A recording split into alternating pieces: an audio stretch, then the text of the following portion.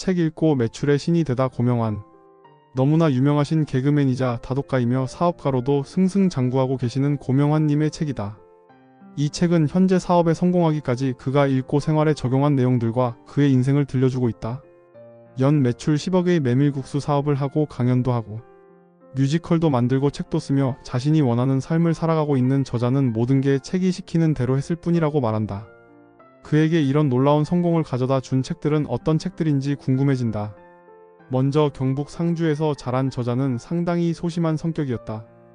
고등학교 3학년 때 대학 입학에 실패하고 어머니와 누나가 운영하던 식당에서 일을 하며 지내던 어느 날 동창 모임에 나가 친구들을 만나고 그도 대학에 들어가야겠다는 생각을 하게 된다. 시험까지 120일을 남겨두고 그는 잠도 제대로 자지 않고 공부를 하며 시험을 치루었지만 너무 잠을 잘 못 자고 컨디션 조절을 못해 재수에서도 떨어지게 된다. 그는 삼수를 결심하고 결국 원하는 대학교의 연극영화과에 입학했다. 대학에 입학한 그는 1학년을 마치고 군대에 들어갔다. 그는 31사단에 입대해 문선대에서 공연을 했다. 이때 그의 선임이었던 홍석천님이 그에게 웃긴다며 개그맨 시험을 볼 것을 제안한다. 수줍음이 많은 그는 개그맨은 자신에게 어울리지 않는다고 생각했다. 그러다 한 권의 책을 만나고 그의 성격은 조금씩 변하기 시작했다. 그 책은 이시영 박사의 배짱으로 삽시다 라는 책이었다. 소심했던 그는 그 책을 읽고부터 사람들의 눈을 덜 의식하게 되었다고 한다. 등록금을 벌기 위해 막노동을 했다. 일당이 3만원이라 2달을 꼬박 일을 해야 한 학기 등록금을 벌 수 있었다. 그때 텔레비전에서 KBS 대학 개그제가 열린다는 광고를 본 그는 배짱으로 지원해 보기로 한다. 원서를 내고 대본을 짰다. 이 개그제에서 저자는 대상 바로 아래인 금상을 수상하여 100만원의 상금을 받게 되었다. 그리고 그의 성격은 그 이후로 적극적으로 변하기 시작했다. 4학년 1학기를 마친 그는 MBC 공채 개그맨 시험에 응시에 합격한다. 그리고 개그맨의 길을 걷게 되었다. 개그맨으로 활동하던 그는 자신감으로 충만했었다. 그가 처음 시작한 사업은 친구가 제안한 감자탕집이었다. 3년 만에 망하고 문을 닫았다. 다음에 그는 동료인 문천식님과 함께 실내 포장마차를 개업했으나 3개월 만에 문을 닫고 말았다. 세 번째 했던 사업은 골프 연습장에서 스낵바를 했던 일이었다. 1년 동안 제법 자리가 잘 잡혔는데 1년으로 했던 계약이 문제였다. 1년이 지났으니 나가라며 실내 골프장 사장이 글을 내보냈다. 그리고 그는 그 스낵바를 자신의 지인에게 넘겨주었다. 그는 자신과 같이 시행착오를 겪지 않기 위해서 반드시 책을 읽어야 한다고 강조한다. 어떤 일을 할 때는 관련 분야의 책을 여러 권 읽고 자신의 상황을 대입해보고 자신의 처지에 맞게 응용하면서 계산하고 답을 찾으라고 조언한다. 그는 책을 읽는 게 결국은 돈을 버는 것이라고 말한다. 2005년 그가 드라마 해신에 출연할 때 그는 전라남도 해남에서 촬영을 마치고 지친 상태로 매니저와 함께 서울로 올라오곤 했다. 어느 날 해신의 촬영을 마치고 매니저와 함께 서울로 올라가는 길에 눈이 내렸다. 피곤했던 그는 의자를 뒤로 눕히고 잠이 들었다. 그리고 그가 정신을 차린 건 매니저의 울부짖는 소리 때문이었다. 그가 탄 차는 시속 150km로 달렸고 매니저가 졸음운전으로 앞에 시속 80km로 달리던 차를 뒤늦게 발견하고 차를 틀었는데 조수석 부분이 트럭에 박은 것이었다. 상태가 심각했고 의사는 그가 사흘 안에 죽을 수도 있다고 했다. 그런 상태로 그는 중환자실에서 일주일을 넘기고 일반 병실로 옮겨졌다. 죽는다는 말을 들었을 때 그는 여행을 가고 싶었다고 했다. 그때 송일국 배우가 그에게 책을 잔뜩 선물해주고 갔다고 한다. 여행을 갈 수 없었던 그는 책을 읽으며 마음을 달래기로 했다. 이때 그는 병원에서 50여 권의 책을 읽으며 책 읽는 재미에 푹 빠지게 됐다. 그의 표현에 따르면 인터넷이 전 세계의 현재와 연결이 되는 것이라면 책은 과거와 현재 그리고 미래와도 연결이 되기 때문에 경이롭다고 한다. 병원에서 퇴원한 그는 다시 본업인 개그맨의 생활로 돌아가 다시 전과 같은 바쁜 날들을 보냈다. 그리고 전과 같이 책도 읽지 않았다. 그렇게 죽다 살아난 그는 운동을 하기 시작했고 다니던 헬스장은 지하철을 타고 30분가량을 이동해야 하는 거리에 있었다. 5년이 흐른 2010년의 어느 날 그는 운동을 하기 위해 30분가량을 지하철에서 한 정거장 한 정거장을 세며 빨리 헬스장에 도착하기를 기다리며 지루함을 느꼈었다. 그 다음날 그는 책을 한 권 들고 운동하러 가는 지하철을 탔다. 그리고 그는 그 30분의 이동 시간을 온전히 책을 읽는데 집중해 책을 읽었다. 그 시간을 자신이 원하는 대로 지배하게 되었다고 그는 생각했고 그 이후로 그는 자신이 정말 하고 싶은 일만 선택해서 하기 시작했다. 그리고 한 달에 1,000만 원 이상을 벌 수 있는 대답을 책을 통해서 들으려고 열심히 책을 읽기 시작했다. 그리고 그가 원하는 대로 한 달에 1,000만 원을 넘게 벌게 된 것은 그 결심을 한 지 2년 만의 일이었다. 그는 자신에게 궁극적으로 원하는 자유를 주는 것은 다름 아닌 책이라고 말한다. 그는 새로운 사업 아이템으로 메밀국수를 선택했고 가족들을 설득해서 마산의 식당에 가서 레시피를 배웠다. 일주일 남짓 메밀국수 만드는 법을 배우고 그는 일산으로 올라와 가게를 오픈했다. 오픈 첫 해 6개월간 5억 604만 원의 매출을 올렸고 2년 후인 2016년엔 6개월간 매출은 6억 156만 원이 되었다. 이전에 여러 사업을 망했지만 이번 사업에서 그가 성공한 원인은 무엇일까? 그가 성공한 이유는 이번에는 제대로 책을 읽고 실천했기 때문이라고 말한다. 그는 사업을 하고자 하는 사람들에게 자신이 하고 싶은 분야의 책 10권을 사서 읽을 것을 추천한다. 프랜차이즈가 좋을까? 내 브랜드가 좋을까? 저자는 세스 고딘을 매우 좋아하고 이 책에도 그의 다양한 책을 언급하고 있다. 그는 이카루스 이야기에 나오는 안전하다고 생각하는 것의 위험에 대해 이야기하며 프랜차이즈를 하기보다는 자신의 브랜드를 할 것을 추천한다. 천편일률적인 프랜차이즈의 메뉴가 아니라 자신만의 조리법으로 독립하라고 한다. 그 또한 마산에서 배워온 매뉴얼 그대로 조리하지 않고 그만의 노하우를 담아 업그레이드하여 자신만의 색깔을 입혔음을 밝히고 있다. 요식업을 하려는 사람에게 책은 어떤 것을 가르쳐 줄 수 있을까? 책은 주인이 하나부터 10까지 다 할 줄 알아야 하고 만약 그렇지 못하면 절대 창업하지 말라고 가르쳐 준다. 또한 요즘은 맛있고 편리한 기성 소스와 육수가 넘쳐난다. 저자도 한동안 CJ 육수를 사용했었다고 한다. 그런데 시간이 지날수록 육수 맛이 허전하다고 지적하는 손님들이 점점 늘어났다고 한다. 그리고 곰곰이 생각해본 그는 육수를 직접 끓이는 일이 사실은 가장 쉬운 방법이라는 생각을 하게 되었다. 직접 끓인 육수는 자신의 가게에서만 맛볼 수 있는 개성이 있다.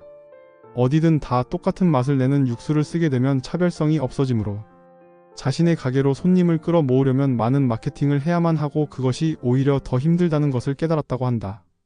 그는 이카루스 이야기에서 조언한 대로 사람들이 진정으로 바라는 것은 기대를 넘어서고 희귀하고 가치 있는 한마디로 대체할 수 없는 무엇임을 깨달았다. 그래서 육수를 한층 업그레이드해서 몸에도 좋고 감칠맛이 나도록 만들었다. 나는 누구인가 라는 책에는 이런 문장이 나온다고 한다. 장사를 하든 사업을 하든 드나드는 사람들이 넘쳐나야 무엇이 되어도 된다는 뜻입니다. 진정한 성공을 위해서는 사람을 모으는 능력이 우선되어야 합니다. 이 책을 읽고 저자는 가게에 사람들이 모여 즐거운 기억을 갖게 만들기로 했다. 지역 카페에 가입하고 가게 홍보를 하며 무료 바리스타 체험 이벤트를 열기도 하고 자신이 책까지 낸 다이어트 강의를 열기도 했다. 이런 행사를 가게에서 개최하면서 카페 회원들이 가게에서 식사를 하고 가게 되었고 쉬는 날이면 자신들의 가족들과 함께 오게 되었다. 고객을 진심으로 감동시키면 그 고객들이 자발적으로 그 가게를 홍보해 줄 거라고 그는 말한다. 창업은 언제 하는 게 좋을까? 직장을 다니면서 창업을 하는 게 좋을까? 아니면 회사를 그만두고 창업을 하는 게 좋을까? 저자는 절대 직장을 그만두지 말라고 말한다. 단 회사를 그만두지 않고 창업을 하려면 혼자서는 무리다. 반드시 함께 할 사람을 찾아서 해야 한다. 시스템을 만들고 사람을 내 편으로 만들어 분업을 하면 여러 개의 일도 무난하게 운영할 수 있게 된다고 말한다. 돈이 되는 아이디어를 얻는 방법. 돈이 되는 아이디어는 어디서 얻는 것일까? 창의성에 대해 책이 알려주는 진실은 창의적인 사람들이 다른 사람들보다 우수한 게 아니라 그저 더 많은 아이디어를 낼 뿐이라는 것이다. 그러니 아이디어의 질에는 신경 쓰지 말고 양에 집중해서 적어보기를 권한다. 그럼 이렇게 많은 아이디어는 어디서 찾을 수 있을까? 바로 책이다. 네이버나 구글에서 찾는 아이디어는 모두가 보는 정보들이다. 그러나 책에 들어있는 아이디어는 소수만이 알고 있는 정보다. 만약 내가 아이디어가 없다면 고객이 직접 아이디어를 내도록 만드는 것도 좋은 방법이다. 스레드리스라는 회사가 있다. 20대 청년이 단돈 $1,000를 들여 만든 온라인 기반의 의류 회사다. 의류를 제조하고 판매하는 곳인데도 사내에는 디자이너가 없다. 옷을 디자인하는 것은 바로 고객이다. 고객이 디자인한 작품을 홈페이지에 올리면 방문객들이 투표를 한다. 그렇게 채택된 디자인으로 티셔츠를 제작한다. 당선자에게는 상금도 주고 티셔츠가 팔리면 인센티브도 준다. 내가 아이디어를 못 내면 다른 사람들의 힘을 빌리면 된다. 이런 정보들은 책에서 얻을 수 있다. 책을 읽다 보면 수많은 아이디어가 생기고 그 가운데 살아남은 아이디어는 내게 돈을 벌어다 주는 컨텐츠가 된다. 어떤 사업이 잘 될지 알고 싶다면 책을 읽으라고 그는 말한다. 책을 읽으면 세상에 관심이 생기고 관찰력이 생긴다. 창조의 원리. 창조는 어디에서 올까? 완전히 무에서 새로운 것을 만드는 것도 창조이지만 기존에 있는 것들을 새롭게 조합하여 새로운 것을 만드는 것도 창조다. 이렇게 기존에 있는 것을 모방하고 대입하는 것을 편집이라고 한다. 즉, 기존에 있는 것들을 어떤 목적에 맞게 순서를 바꾸고 다시 조합하는 것이다. 요즘 유행하는 디저트 카페는 빵과 카페를 합친 것이다. 영어를 가르치는 발레 학원도 있다. 이런 편집을 알면 세상을 지배할 수 있다. 그러나 이 편집을 배우려면 책을 읽어야 한다. 저자는 이 편집에 대해 알고 싶다면 에디톨로지라는 책을 읽어볼 것을 추천한다. 끝을 보는 독서. 저자는 책을 읽으면서 끊임없이 생각하라고 말한다. 이 내용을 어떻게 아이디어로 바꿀까를 말이다. 이 아이디어를 어떻게 컨텐츠로 만들까? 내가 잘하는 일과 어떻게 연결할 수 있을까? 이렇게 생각하며 책을 읽다 보면 아이디어가 저절로 떠오르는 순간이 온다. 그리고 이렇게 얻은 아이디어는 행동으로 실천을 해야 한다. 파는 존재. 우리는 우리의 무언가를 팔아서 살아간다. 시간을 팔아 직장에 묶인 채 일을 하여 살아가고, 지식을 팔고 경험을 팔고 예술적 재능을 팔아 그림과 창작으로 먹고 산다. 우리는 스스로 팔 수 있는 게 얼마나 많은지 모른 채 그저 대기업에 취직하고 공무원이 되려고 시험에 매달린다. 그러나 그 전에 일단 자신이 팔 수 있는 것들을 체크해보고 그걸 돈으로 바꿀 방법을 찾아보자. 그 아이디어가 우리를 CEO로 만들어줄 것이다. 리마커블한 존재. 보랏빛 소가 온다에서는 리마커블한 것을 만들라고 한다. 리마커블의 핵심은 지루하지 않다는 것이다. 일반적인 것과는 다른 차별적인 것이 필요하다. 이 리마커블함은 사람들의 얘깃거리가 된다.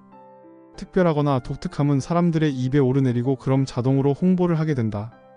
그러므로 자신의 사업에 이런 얘깃거리를 만들어 보는 것을 추천한다. 저자가 예로 들은 가게는 식당에서 공깃밥을 판매하지 않는다. 너무 장사가 바빠서 밥까지는 판매하지 않는다는 것인데, 이런 특이함 때문에 사람들은 그 가게 앞에 있는 편의점에서 즉석밥을 사면서 이런 얘기를 흥미롭게 나눈다. 그 가게만의 특이한 경험을 사람들에게 제공한다. 즐거움을 이용하라. 구글처럼 생각하라라는 책에는 구글이 써먹었던 게이미피케이션의 일화가 나온다. 게이미피케이션이란 어떤 작업에 게임적인 요소를 넣어 게임처럼 만들어 사람들이 자발적으로 하게 만드는 기법을 말한다. 인공지능은 사진을 보고 개인지 고양이인지 구분할 수 없었다. 그래서 수많은 이미지들의 사람이 일일이 개인지 고양이인지 타이핑을 해서 넣어주는 데이터 라벨링 작업을 해서 인공지능이 학습할 데이터를 만들어줘야 했다. 그리고 이것은 상당히 많은 비용이 소모되는 일이었다. 구글은 이 일을 게임으로 만들었다. 게임에 접속하면 개나 고양이 등의 동물들이 나오는데 상대방보다 빠르게 많이 라벨링을 해주면서 승부를 겨루도록 만든 게임이었다. 돈을 주고 시켜야 하는 일에 게임과 같은 재미를 추가하여 게임처럼 고객이 자발적으로 하게 만드는 방법이다. 이는 새로운 기술이 아니다. 오래전에 우리가 다 읽고 만화로 보았던 톰 소여의 모험에 나오는 고전적인 방법이다. 톰 소여가 벽에 페인트 칠을 해야 하는데 하기 싫었다. 그래서 꾀를 부려 재미있는 일로 보이게 하자 그걸 보던 친구들이 그에게 돈을 내고 벽에 페인트를 칠했다는 일화이다. 이 게이미피케이션을 다양한 분야에 활용해 볼 수도 있다. 저자는 메밀이 혈압을 낮추는데 도움이 된다는 것에 착안하여 혈압 정상화 게임도 떠올렸다. 가게에 올 때마다 혈압을 측정해서 낮아질수록 상품을 주는 이벤트를 하는 식으로 말이다. 연결은 새로운 창조. 세스 고딘에 따르면 창업의 영원한 화두는 연결이라고 한다. 페이스북은 세계인을 연결한 것이고 카카오택시는 택시를 필요로 하는 사람과 택시기사를 연결한 것이다. 배달통은 배고픈 사람들과 식당을 연결했고 여기어때는 숙박이 필요한 사람과 숙박시설을 연결했다. 사실 요즘 나오는 모든 앱들은 연결이라는 개념에 바탕을 두고 있다. 다양한 연결 서비스가 많다. 그러나 이 세상에는 아직도 연결되지 않은 것들이 더 많다. 고민하고 집중하고 계속 연결하다 보면 나만의 연결 아이디어를 찾을 수 있다. 마지막 5장에서는 다양한 상황에 도움을 받을 수 있는 책들을 추천하고 있다. 그리고 책의 마지막에 부록으로 창업을 하려는 사람들이 반드시 스스로에게 던져야 할 질문들을 정리해 놓았다. 테이블 회전율과 객 단가 설정하는 법 그리고 상권 따져보는 방법 등등. 저자가 실제로 메밀국수 식당을 운영하며 꼼꼼하게 따져본 실전 경험들이 상세히 공유되어 있다. 너무나 재미있고 유익한 책이다. 책을 읽고 어떻게 자신의 삶의 변화를 가져올 수 있는지를 너무나 친절하게 잘 설명해주는 책이다.